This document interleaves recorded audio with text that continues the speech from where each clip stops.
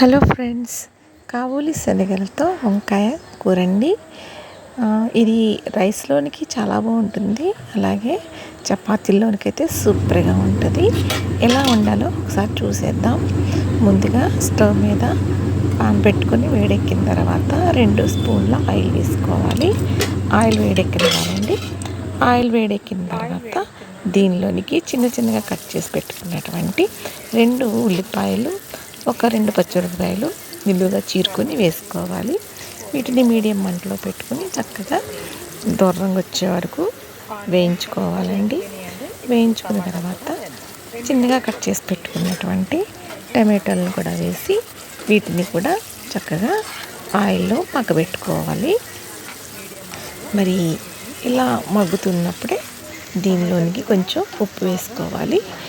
లేత వంకాయలు అయితే వంట చేసుకోవడానికి చాలా బాగుంటాయి, రుచికి బాగుంటాయి.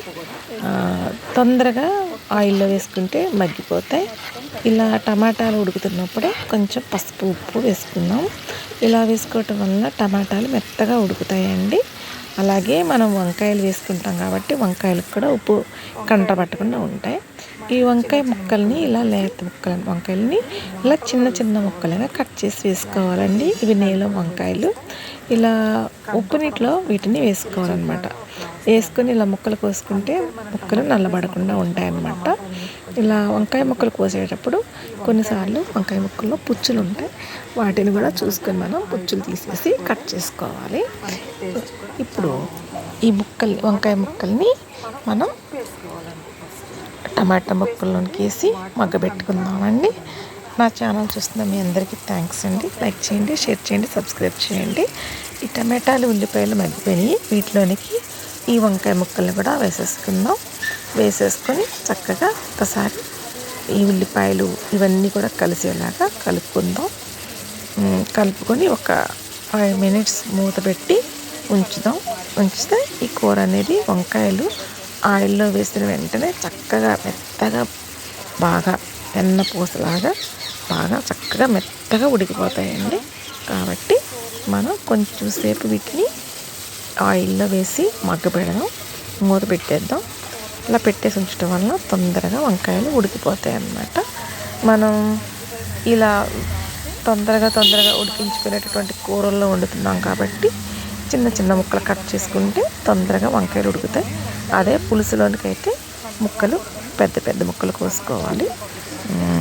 పులుసులోనికి ముక్కలు బాగుంటాయి, ఈ వంకాయల్లోనికి ఇది బాగుంటాయి అన్నమాట.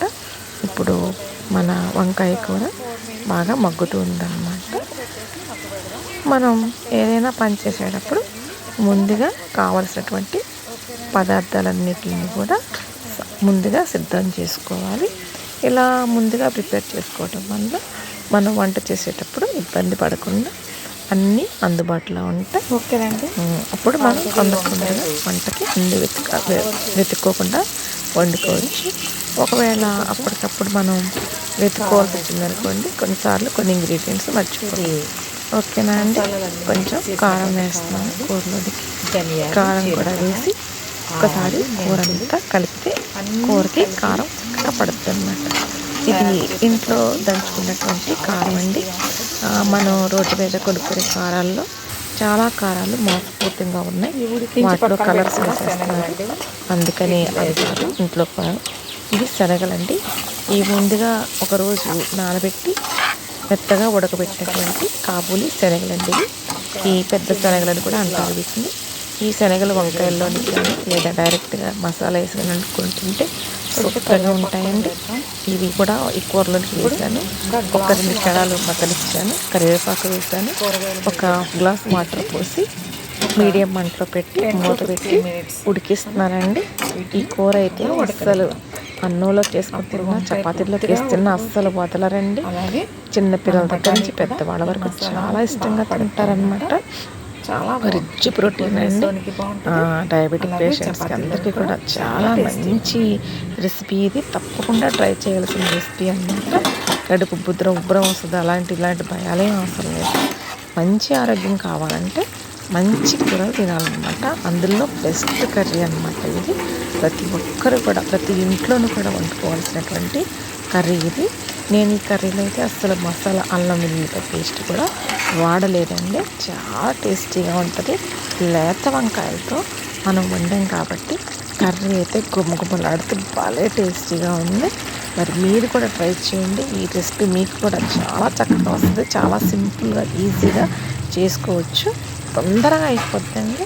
మనం నలుగురు చుట్టాలు వచ్చారంటే గబగబా ఈ 4 వంకాయలు కోసుకొని ఈ శనగలు ఉడకబెట్టుకునేటప్పటికి తొందరగా కోసినంతసేపు ఉడకబెట్టినంతసేపు కూర ఉడికిపోద్ది అనమాట.